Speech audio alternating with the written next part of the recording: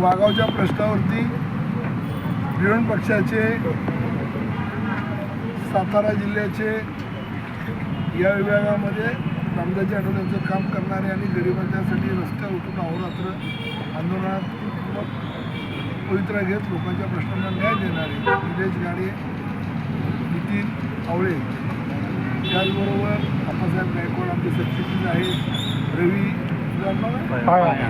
पायाळ आहे आणि सातारा जिल्ह्यातले सगळेच आपला सातारा जिल्ह्याचे कार्याध्यक्ष आदित्य गायकवाड आहेत, बापू निकाळजे आहेत, अशोक भिसे आहेत, बापू गायकवाड आहेत, वैभव गायकवाड आहेत, अशा सर्व कार्यकर्त्यांच्या घेतलेल्या परिश्रमाला यश आलेलं आहे. आणि गेले 4 दिवस माझं सातत्यानं व्हिडिओ साहेबांशी डायलॉग असल्याचं बोलणं चालू होतं. आम्ही आमच्या मागण्या टाकल्या होत्या.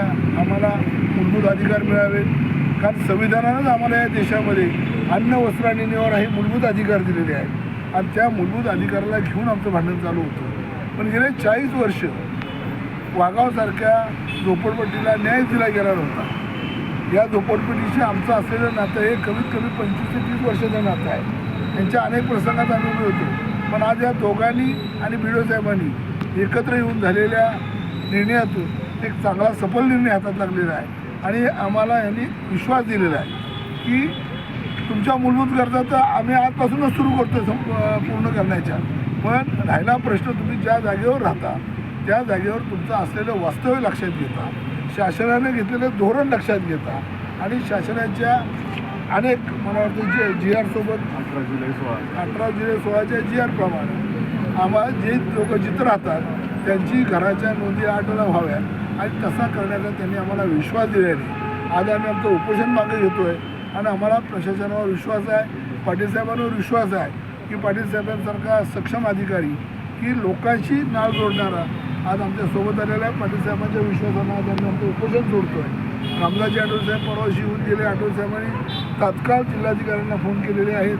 त्यांनी देवेंद्र फडणवीसशी बोलणं केलेलं आहे आणि ते म्हणाले की आपला शासनाचं धोरणच आहे की जी माणसं जिथं राहतात त्यांची तिथं आटो बनवावी आणि धोरणावर जर काम झालं नाही तर त्या संबंधित अधिकाऱ्यावर कारवाई व्हावी. त्यामुळं रामदाजी तुम्हाला शब्द देतो होती आणि त्याप्रमाणे यंत्रणा चालू गेलेली आहे. हा विरोधी पक्षाला मिळालेलं यश आणि त्या यशाबरोबर गरिबाला मिळालेला न्याय आहे. सामान्यातला सामान्य गरीब माणूससुद्धा या देशाचा मालक बाबासाहेबांनी केला.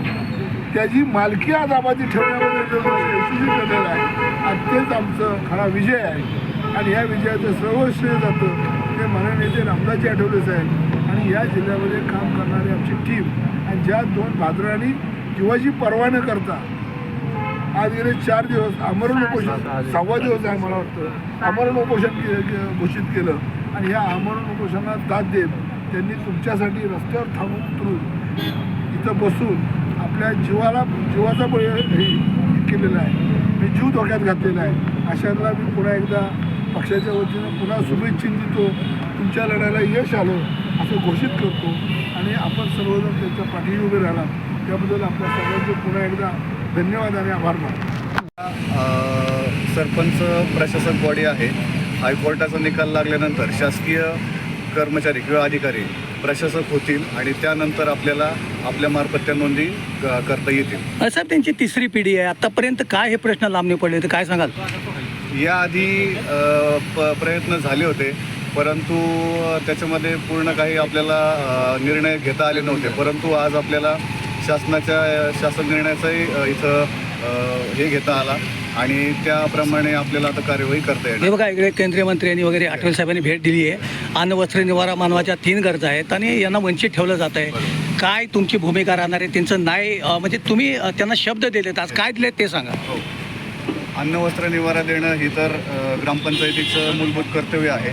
त्याप्रमाणे ग्रामपंचायतीने ठराव केलेला आहे आणि त्या मूलभूत गरजा ग्रामपंचायत देत आहे. तसेच 8च्या नोंदीबाबत प्रशासक नियुक्ती झाल्यानंतर आपले अधिकारी 8च्या नोंदी करतील, सेपरेट 8चा रजिस्टर घालतील आणि त्याप्रमाणे सर्वांच्या सर्वेक्षण अंती त्या नोंदी केल्या जातील. परिपत्रकानुसार जिथं गावची हद्द असेल, गावच्या हद्दीत राहणारे जे काही नागरिक असतील त्यांच्या सर्वांच्या नोंदी केल्या पाहिजेत असं तो परिपत्रक सांगतो आणि त्याप्रमाणे आम्ही त्या नोंदी करण्याचा निर्णय घेतलेला आहे.